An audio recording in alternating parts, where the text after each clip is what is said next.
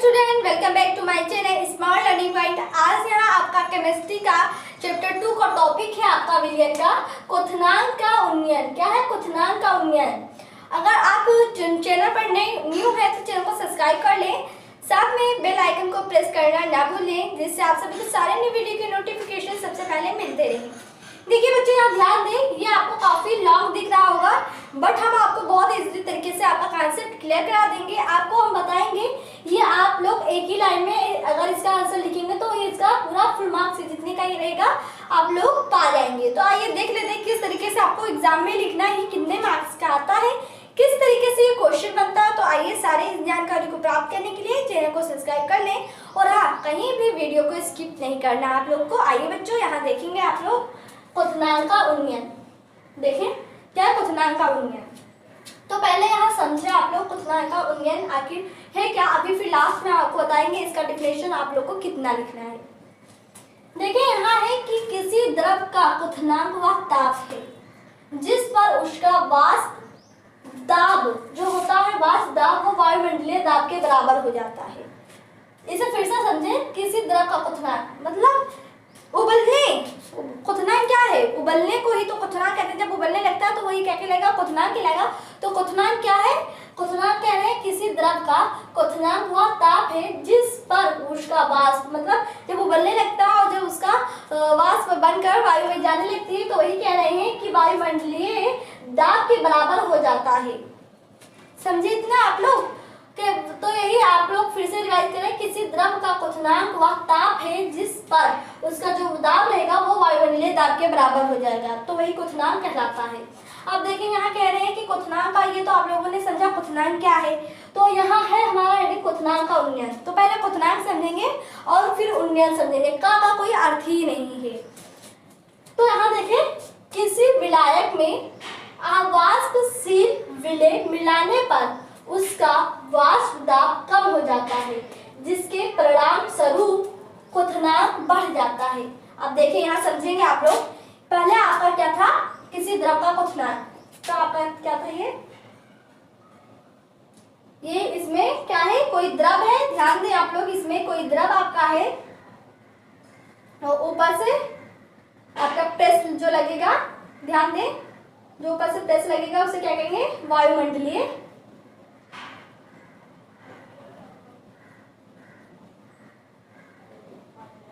वायुमंडलीय दाब। और ये फिर ये नीचे से जब खोल रहा है इसका क्वथनांक, जब ये वाष्प बन रहा है तो वो ऊपर जा रहा है और जो वायुमंडल का दाब है वो ऊपर से नीचे लग रहा है। तो यहाँ वही था कि किसी द्रव का क्वथनांक वह ताप है जिस पर उसका दाब वायुमंडलीय दाब के बराबर हो जाता है, तो पानी क्या होने लगती है? उबलने लगती है। तो ये आपका फर्स्ट चित्र था, इसे ध्यान से आप लोग देखेंगे। फर्स्ट था ये। फिर नेक्स्ट अब देखेंगे, यहाँ है कि किसी विलायक में। तो यहाँ देखें सेकेंड आपका ये है, ये सेकेंड आपका पैराग्राफ है। ध्यान दें आप लोग को, कहीं भी वीडियो को स्किप नहीं करनी है आप लोग को। तो देखिए इसमें आपका क्या है? वाटर है। अब देखिए इसमें वाटर है और ऊपर क्या है आपका?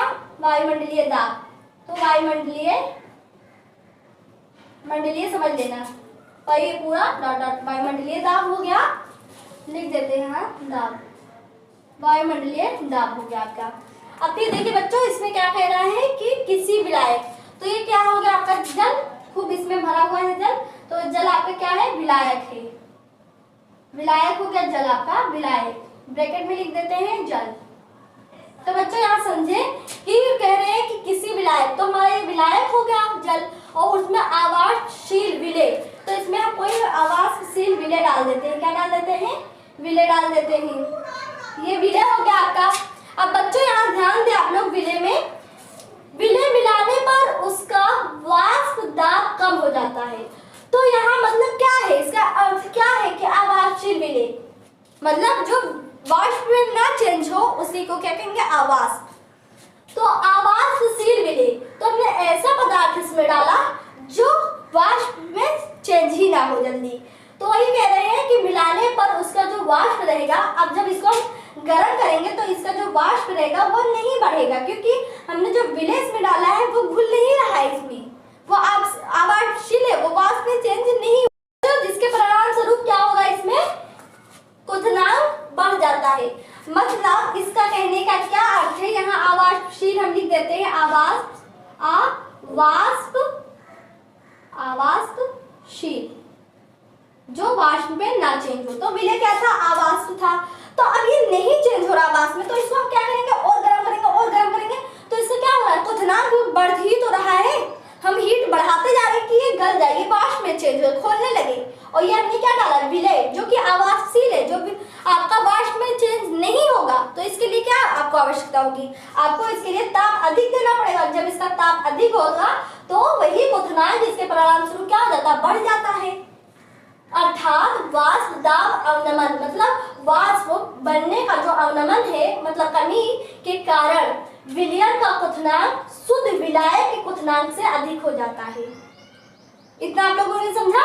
कह रहे हैं कि जो हमारा वाष्प दाब अवनमन है, मतलब वाष्प बनने की जो दाब है उसकी कमी है, उसके कारण जो विलयन का क्वथनांक शुद्ध विलायक था, यहाँ शुद्ध विलायक था मेरा, सिर्फ पानी ही तो था इसमें, हमने कोई चीज तो नहीं डाला था।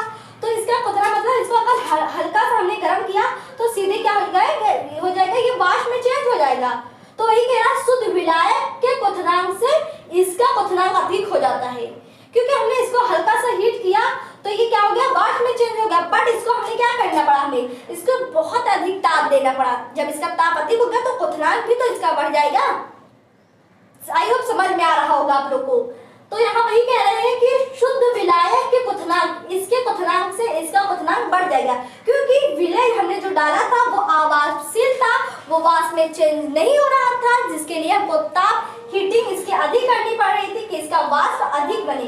तो हीटिंग करने के लिए हमको ताप यहाँ हमने अधिक कर दिया। ताप अधिक करने के कारण इसका जो खोलने की क्रिया थी वो भी अधिक बढ़ गई। और यहाँ क्या था? केवल ओनली वन मेरा क्या था? यहाँ विलायक था। जल क्या था? केवल विलायक था आपका, शुद्ध विलायक। तो यहाँ देखिए क्या हो जाएगा? शुद्ध, आपका शुद्ध विलायक हो जाएगा, शुद्ध विलायक। तो इसका क्वथनांक क्या था यहाँ बच्चों? यहाँ ब्लैक स्केल ले लेते हैं, ये साथ नहीं चल रहा आप लोग का।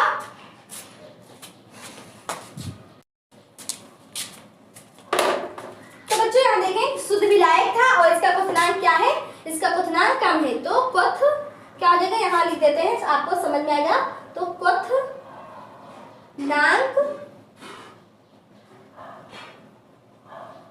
कम, तो इसका क्वथनांक क्या हो जाएगा बच्चों? कम हो जाएगा। बट इसका क्वथनांक क्या हो जाएगा? अधिक हो जाएगा।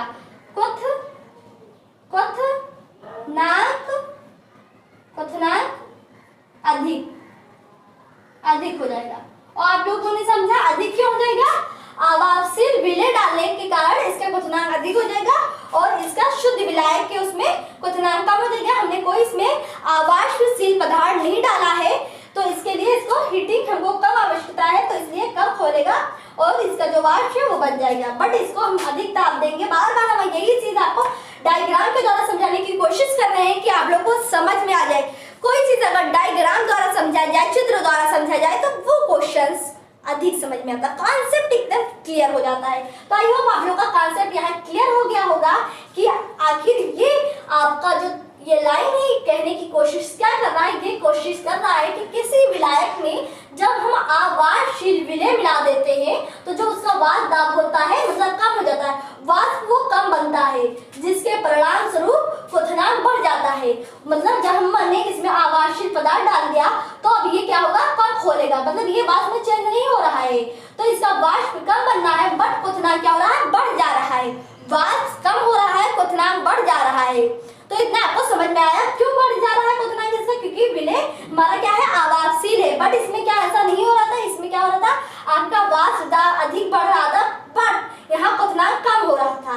यहाँ वाष्प दाब अधिक बढ़ रहा था, क्वथनांक कम हो रहा था। यहाँ क्वथनांक अधिक बढ़ रहा है, वाष्प दाब कम हो रहा है।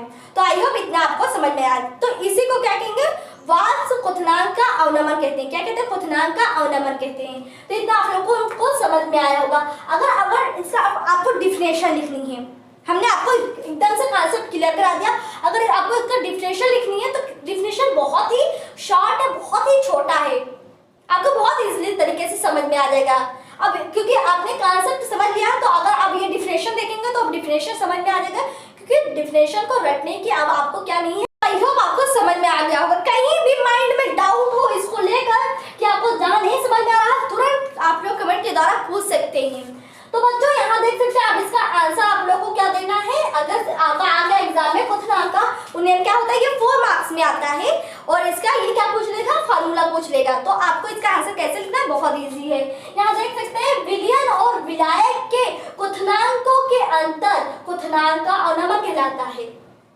विलयन और विलायक, यहाँ क्या था, ओनली हमारा शुद्ध विलायक था और हमारा यहाँ क्या बन गया, हमने विलय डाल दिया तो विलय विलायक के साथ मिलकर क्या बना लिया, विलय बना लिया। यही चीज आपको समझनी है कि हमने क्या मिलाया यहाँ, विलय। आपका यहाँ देखिए ऊपर से आप लोग समझेंगे, विलय विलय और प्लस क्या हो जाएगा, विलायक हो जाएगा। क्या हो जाएगा, विलायक। और विलय विलायक मिलकर क्या बनाता है, आपका विलय बनाता है।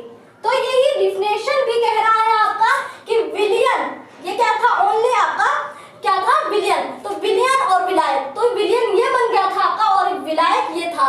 तो इन्हीं दोनों के अंतरों को क्या कहेंगे, अंतरों को क्या कहेंगे, यहाँ समझे, अंतर क्या कहलाएगा आपका, क्वथनांक का उन्नयन कहलाएगा। क्या कहलाएगा, क्वथनांक का उन्नयन कहलाएगा। कितना शॉर्ट ये आंसर था, आई होप आपको समझ में आ गया होगा, क्योंकि आपको पहले ही का आंसर हमने क्लियर करा दिया, वो भी डायग्राम के द्वारा। तो विलय इसमें हमने मिलाया और विलायक पहले से था, दोनों मिलकर विलय बना लिया और यहाँ ओनली वन क्या था, आपका शुद्ध विलायक था। तो इन्हीं दोनों के अंतरों को क्या कहेंगे, क्वथनांक का उन्नयन कहेंगे। आइए वो इतना आपको समझ में आ गया होगा। अब देखें यहाँ डेल्टा क्यों लगाया जाता है, डेल्टा आपका ये डिफाइन करता है, ये अंतर का डिफाइन करता है। तो यहाँ आपको delta T B is equal to naught minus T हो गया, ये इसका क्वथनांक का उन्नयन है। इस पे आपका न्यूमेरिकल भी लगता है, इसे ध्यान रखें। अब ये आंसर आपका यही जो हमने ब्लैक से यहाँ लिखा है, आपको यही लिखना है। अगर आपको नोट्स कॉपी बनानी है और डिटेल से कि आप लोग कभी ना भूले, तो ये भी लिखकर और इसे आपको हरे से या ब्लैक से आपको इसे लिखना है, क्योंकि ये आपका डिफिनेशन है इसका, इतना आपको समझ लेना है। अब देखिए यहाँ क्वथनांक की हमने समझा दिया था वही चीज कि किसी द्रव का ताप बढ़ाने से उसका वाष्प दाब बढ़ता है और जब द्रव का वाष्प दाब वायुमंडलीय दाब के बराबर हो जाता है और द्रव उबलने लगता है, इसी क्रिया को क्या कहेंगे, क्वथनांक कहेंगे। और हमने यहाँ क्या समझाया, क्वथनांक का उन्नयन। तो विलयन और विलायक के विलायक और विलयन के अंतरों को क्या कहेंगे, क्वथनांक का उन्नयन। आई होप इतना आपको समझ में आ गया होगा।